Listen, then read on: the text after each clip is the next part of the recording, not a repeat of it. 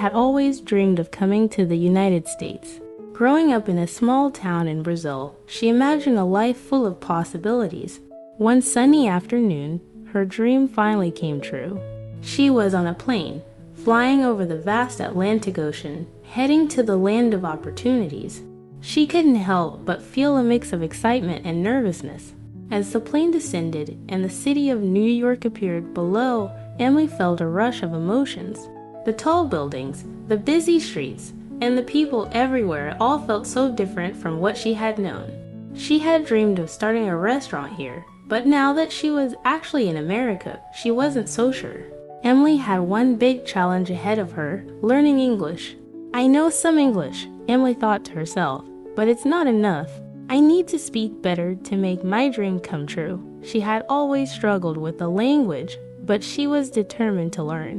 She knew that her restaurant could be successful, but only if she could communicate with others.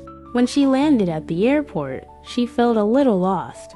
There were so many signs, but they were all in English. Where do I go now?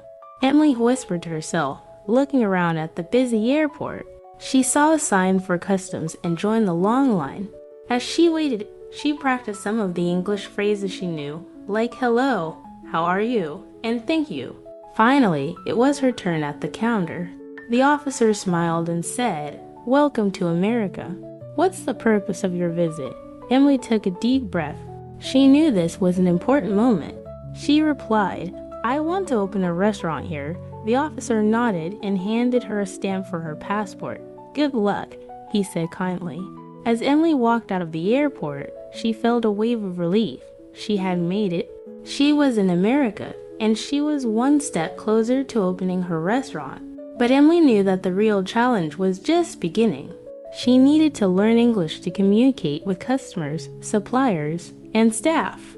And so, her journey to mastering English had officially begun. The next day, Emily was excited but nervous. She had rented a small space in a busy part of the city for her restaurant. It was a dream come true, but there was a big problem. Emily didn't know how to communicate well in English. She needed supplies, kitchen equipment, and ingredients, but how would she talk to the suppliers? Would they understand her? Emily decided to visit a local market first. It was a large place with many different vendors. As she walked through the aisles, she felt overwhelmed by the amount of products and all the conversations happening around her in English. She stopped at a stall with fresh vegetables and saw a woman behind the counter. "Excuse me," Emily said, her voice a little shaky. "I need tomatoes." She hesitated, trying to remember the word in English. "Double quotes tomatoes please," she added, pointing to the fresh tomatoes in front of her. The woman smiled and said, "You want tomatoes?" "Sure. How many?" Emily felt a little embarrassed. She had hoped to speak more fluently, but this simple conversation was already a challenge. "I need too," Emily said, trying her best to remember the words. "Okay, 2 tomatoes," the woman replied, handing them to Emily. She took the tomatoes and said, "Thank you," trying to sound confident. But in her mind, she was already thinking about the next part of her journey, ordering other ingredients for her restaurant. Emily left the market and went back to her small apartment. She pulled out her notebook and wrote down the new words she had learned: tomatoes, too, and please. She promised herself that tomorrow she would try again, but this time she would practice more and be ready to talk to more people. Later that evening, Emily called a supplier for some kitchen equipment. "Hello, I need to order a stove," she said slowly, "a big stove and also a fridge." The person on the other end of the phone spoke quickly, and Emily struggled to understand everything. "I don't understand. I need help," Emily said, feeling frustrated.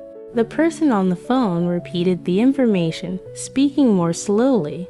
"A stove and a fridge, right?" Emily nodded and wrote down the words she needed to remember. "Yes, a stove and a fridge," she said more confidently. After the call, Emily sat down and made a list of the equipment she needed for the restaurant. She was determined to learn more English so she could handle situations like this without feeling lost. "I will get better," she thought. I just need practice. The following morning, Emily woke up early, determined to tackle the challenges ahead. Today, she planned to visit the local wholesale market to buy the ingredients for her restaurant. It was going to be a big step. She had a list of what she needed, but she wasn't sure how to ask for everything in English. She took a deep breath as she entered the market. The place was full of energy, with people talking to each other and moving quickly. Emily knew she had to be brave. She looked around, trying to find the first item on her list: onions. After a few moments, Emily spotted a stall with fresh vegetables. She walked up to the counter and smiled at the vendor, who was busy organizing some potatoes. "Excuse me," Emily began, her heart racing. "I need onions." She pointed to the pile of onions in front of her. The vendor looked at her and nodded. "How many?" he asked, his accent different from what Emily was used to hearing. Emily paused for a moment, trying to remember the numbers in English. "5, she said, holding up her hand. "5 onions. The vendor smiled and placed 5 onions in a small bag for her. "That'll be $5, he said. Emily handed him the money, feeling a little proud of herself for managing the transaction. "Thank you," she said with a smile. Next, she walked to a stall selling potatoes. This time, Emily was a little more confident. "Excuse me," she said again, "I need potatoes. A bag of potatoes." The vendor nodded and quickly packed a bag of potatoes for her. "How many bags?" he asked. Emily thought for a second. "1 bag," she replied, practicing the phrase in her head. "1 bag," the vendor repeated, and they both smiled as Emily paid. "Good luck with your restaurant," he added. As Emily continued her journey through the market, she felt more comfortable asking for different ingredients: tomatoes, garlic, carrots, and lettuce. Each small interaction boosted her confidence. She wasn't perfect, but she was getting better, and that made her proud. By the end of the morning, Emily had filled her shopping cart with all the ingredients she needed. As she walked back to her apartment, she thought about everything she had accomplished. It wasn't easy, but Emily was making progress. Slowly, but surely, she was learning English, and with each new word, she was one step closer to achieving her dream of opening her restaurant. One afternoon, after a long day of learning new words and practicing English, Emily decided to visit a local restaurant. She had heard about a famous chef in the area who could help her with advice for opening her own place. Emily knew that learning from someone with experience could make a big difference, so she took a deep breath and walked into the restaurant. The door opened with a soft bell ring, and the smell of fresh food filled the air. Emily looked around. The restaurant was cozy, with wooden tables and bright lights. She approached the counter and saw a man behind it, wiping his hands with a towel. He looked like the kind of person who could give her the guidance she needed. "Hi," Emily said, a little nervous but smiling. "I'm Emily. I am opening a restaurant, and I need some help." The man looked up and smiled warmly. "Hello, Emily. I'm Chef Mark. How can I help you?" Emily took a deep breath and said, "I don't speak English very well, but I want to learn. I need advice on how to start my restaurant. Can you help me?" Chef Mark nodded, understanding her situation. "Of course, Emily. Opening a restaurant is not easy, but it's possible with hard work.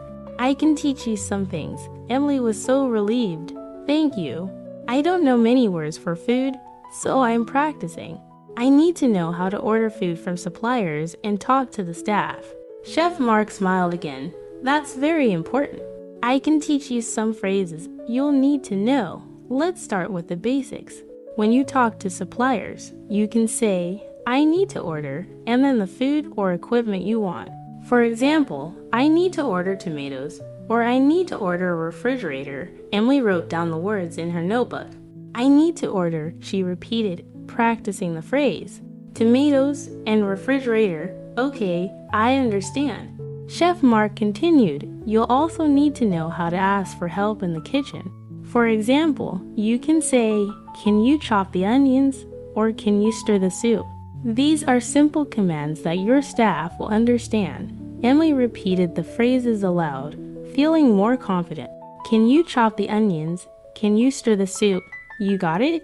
Chef Mark said with a smile. Now, let's talk about some common mistakes. When you order food, be clear about the quantity. For example, I need 2 bags of potatoes, or I need 5 tomatoes. It's important to know how much you want. Emily nodded, writing everything down. 2 bags of potatoes, 5 tomatoes. Okay, thank you. After a few more lessons, Chef Mark invited Emily to stay and watch him prepare a few dishes. As he worked, he explained the steps in simple English. Emily was amazed at how much she could learn just by listening and watching. When it was time to leave, Chef Mark handed Emily a small piece of paper with some useful phrases for her restaurant. Here are some phrases that will help you, he said. Practice them every day, and soon you'll feel more confident speaking English. Emily thanked Chef Mark and left the restaurant, her notebook full of new phrases and ideas. She was more motivated than ever with Chef Mark's help and the words she had learned. Emily felt ready to face the next challenge in her journey. She was getting closer to opening her restaurant, and nothing was going to stop her now. The next step in Emily's journey was one of the most exciting, preparing the menu for her restaurant. Chef Mark had given her some excellent advice, and now Emily was ready to create the dishes that would make her restaurant unique. She knew that a good menu could attract customers, but she also wanted to ensure that the menu was easy for her to manage, considering her English skills. Emily spent several days thinking about the kinds of dishes she wanted to offer. She already had a few ideas, but she needed to make sure they were simple to describe in English. After some thought, she decided to focus on fresh, homemade dishes, soups, sandwiches, and a few pasta options. Emily knew these dishes were popular and easy to prepare, but she needed help with the English names and descriptions. One morning, she went to the local cafe where she had met Chef Mark. She wanted his opinion on her menu and asked if he could help with the names of the dishes. "Hi, Chef Mark," Emily said as she entered the cafe. "I've been working on my menu, and I need some advice." Chef Mark looked up and smiled. "Hello, Emily. Let's see your menu. What have you got?"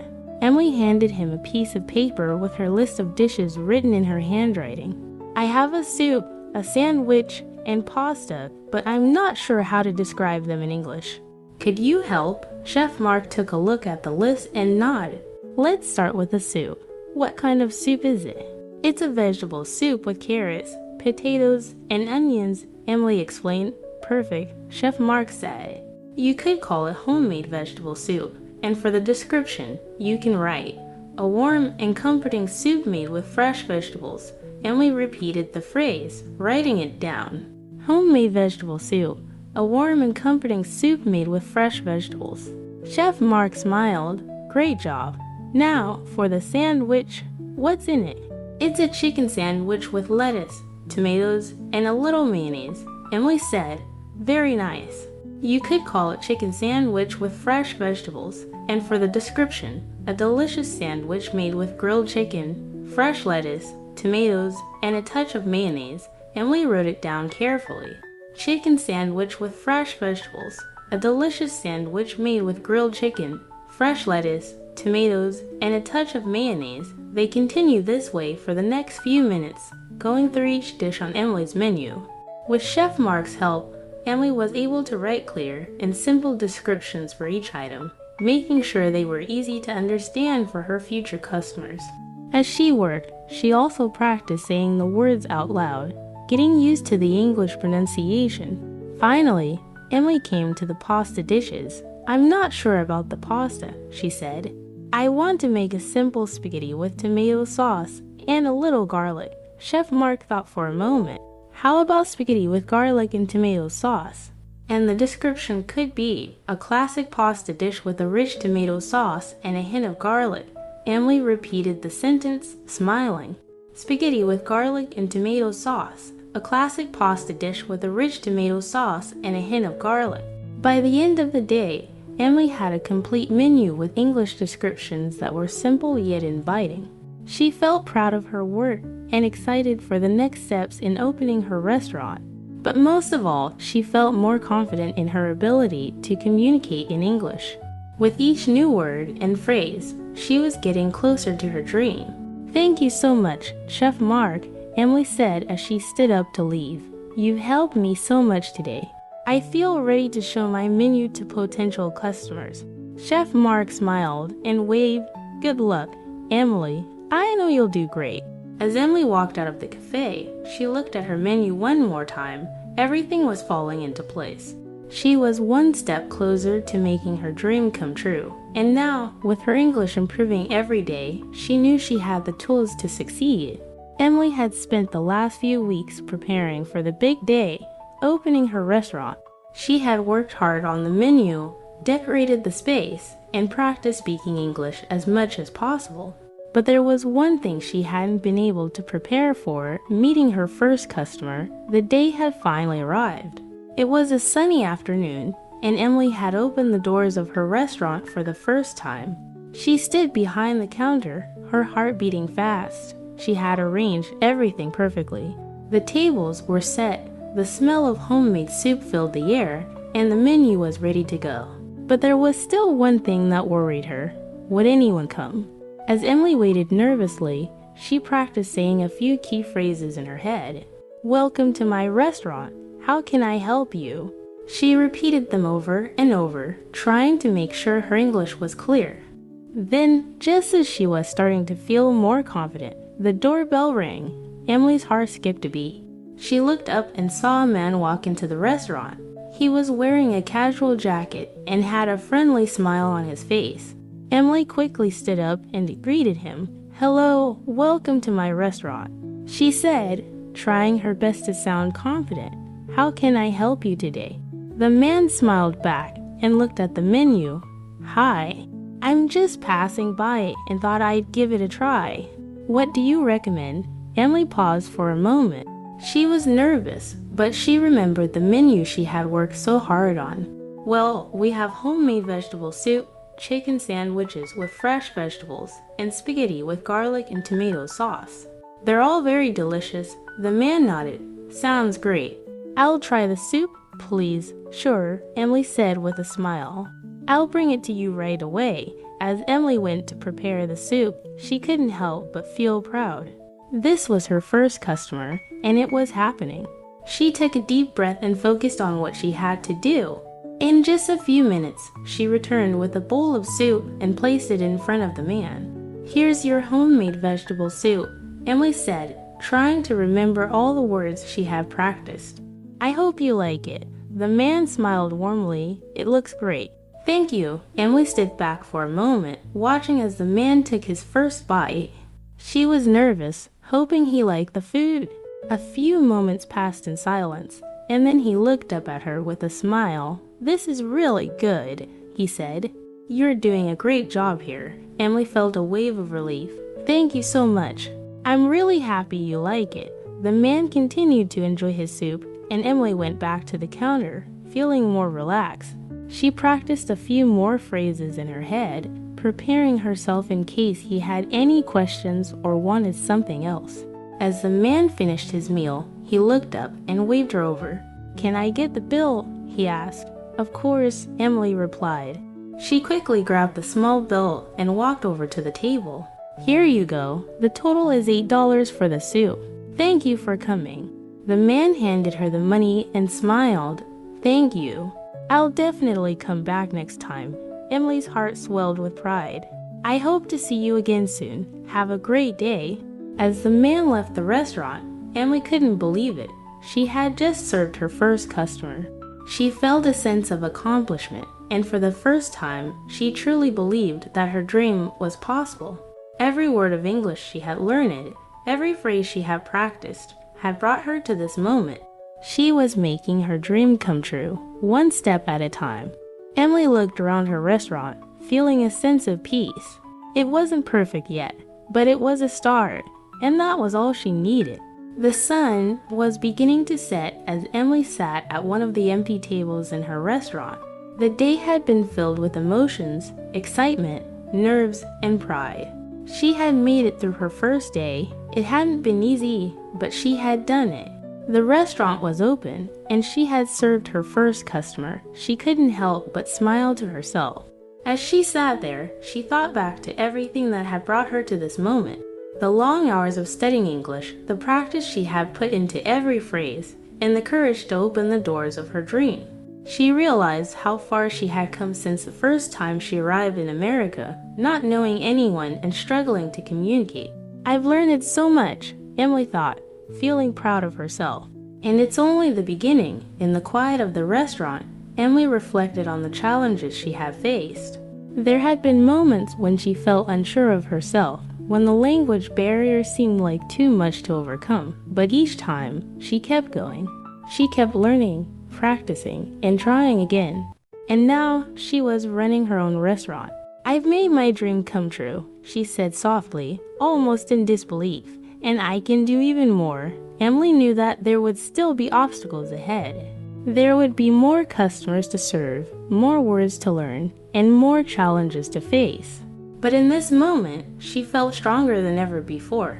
With each step she took, she was getting closer to mastering the language, and with each customer who walked through the door, she was one step closer to making her restaurant a success.